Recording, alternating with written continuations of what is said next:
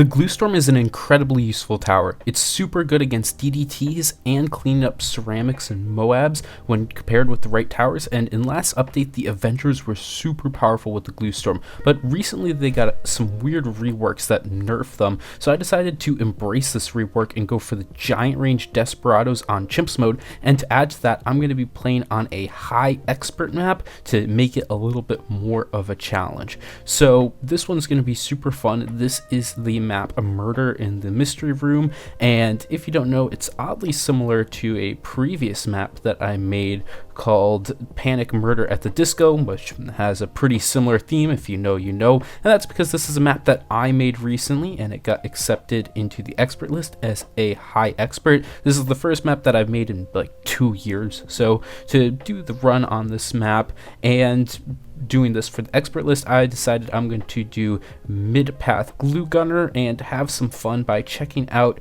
what changed with this new Desperado. I haven't used the Desperado since its rework, so I'll just get right into it. Basically, it now has giant range. Like, it just has big range, so you can't get stacks. It also got some nerfs with knockback, I don't know if it got a damage nerf, got a price nerf, one or maybe all three of those, but it did get an interesting buff where other Wanderer Desperados will not take the Desperado Wanderer stack away from itself. So if you want, you could have like a giant chunk of Avengers that won't take the buff away from itself, but this kind of doesn't really work out in my opinion, like maybe with a few, because if you want Village and Alk buff, you really aren't going to get any stacks, like one stack at most, and if there's something else in range, it's going to be even lower. So I decided I'm just going to embrace this whole big range change and not give a shit about the amount of stacks. We're going to have 0 stacks on some of these Desperados, well, all of them I guess,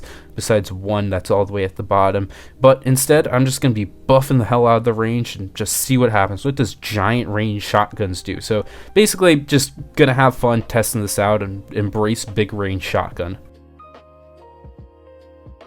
Now, going on to this map, I said it's very similar to a map that I previously made, and that's because it kind of is a sequel to the Murder at the Disco map, which basically there's a murderer who's going around murdering everything. There's the whole gimmick of the map, which is that the removable objects will do some things, and I was gonna showcase it at the end, but I honestly forgot to, which is a little bit annoying. So if you want to see the whole gimmick for yourself, you can just check the map out, throw the code in, and hop on deflation or whatnot. The removables are all super cheap, but only one of them changes the gameplay, which I do end up removing at the end, and that is that the snowman sadly is not the murderer and will get murdered. He melts into a puddle, which is actually quite useful because you can place water towers in there, so you can get a first strike for round 100, which is really, really nice. So that's basically the whole shtick of the map. It's a little bit dark, but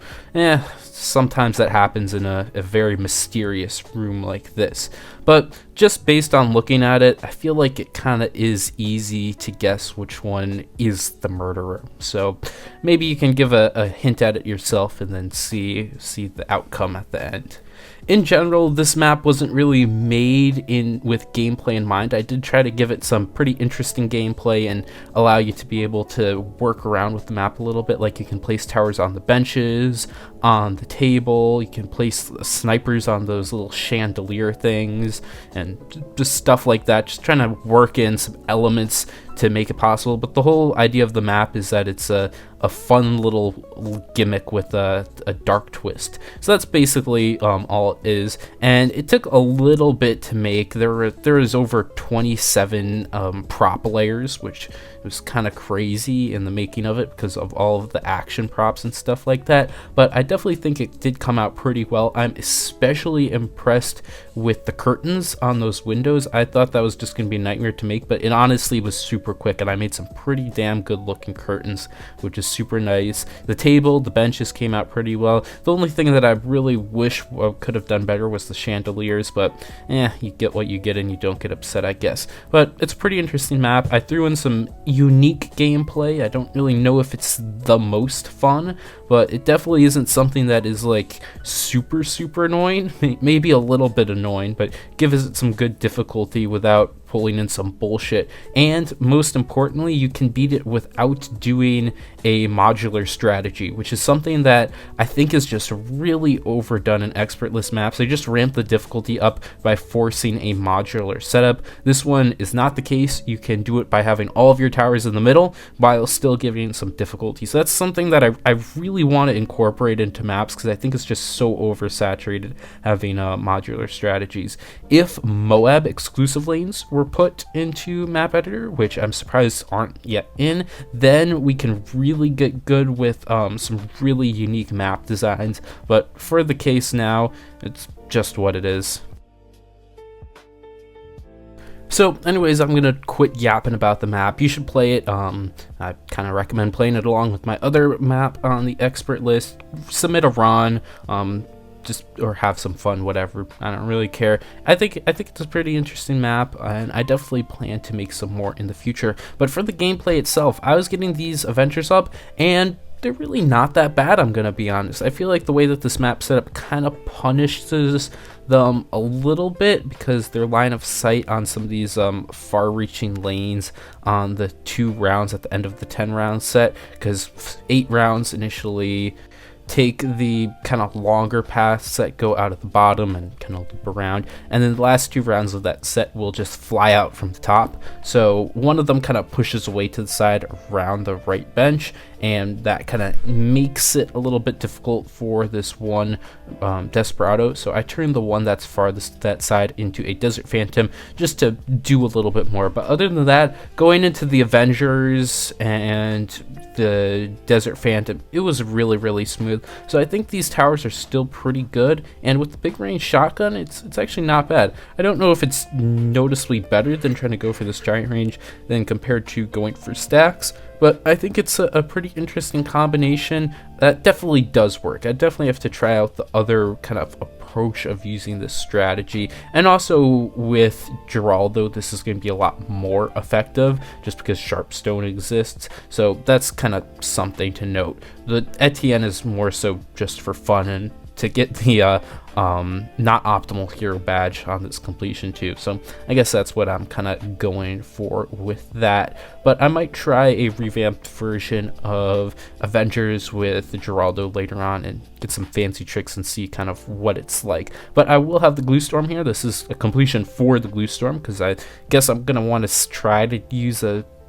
Desperado only like well, not only, but Desperado centered strategy later on. So I'll just count Glue Storm for this one and call it a day. And realistically, what else am I gonna count middle path glue for? It's just another strategy that uses Glue Storm. So I think this is pretty fair.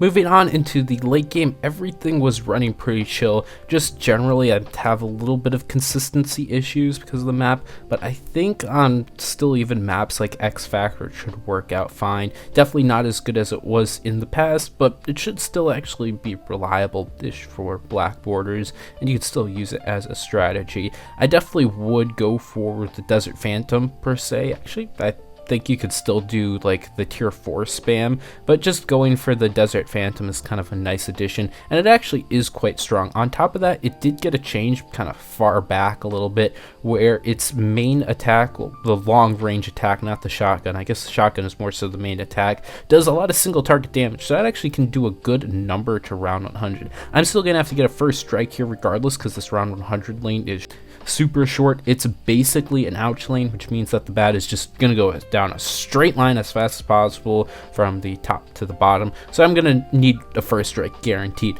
One little thing that I did kind of oversight is that the buffalo in the middle of the map on the table is blocking line of sight, so the Desert Phantom actually won't be able to hit the bat for half the time, which means that I unfortunately will be short round 100 damage on round 100. Saddest thing to see. Luckily I've got Cash Bear. I would have preferred not to spend that Cash Bear and maybe ended with like 45,000 Cash Bear, whatever, but unfortunately that is not going to be the case for today. All the other rounds got kind of yummed up pretty well. Glorm and Desperados are an absolute beast, so unfortunately I did have to spend a little bit of money and buy a tier 4 bounty hunter that's going to use the marked pop, which will actually make these guys deal a lot more damage, which is really nice, and it does some good damage. So just 36k spare. The time is inflated because I actually tried to do an S-Champ run before, and I got this weird thing with a bug in map editor where S-Champ will only place 2 sentries because of some obstacles, so I kind of had to scrap that and redo this run. This one actually went by super fast. Thanks for watching. If you want to help out the channel, you can check out these new videos, like and subscribe for more content, support the channel by becoming a member, and joining the Discord to chat with the community. Bye!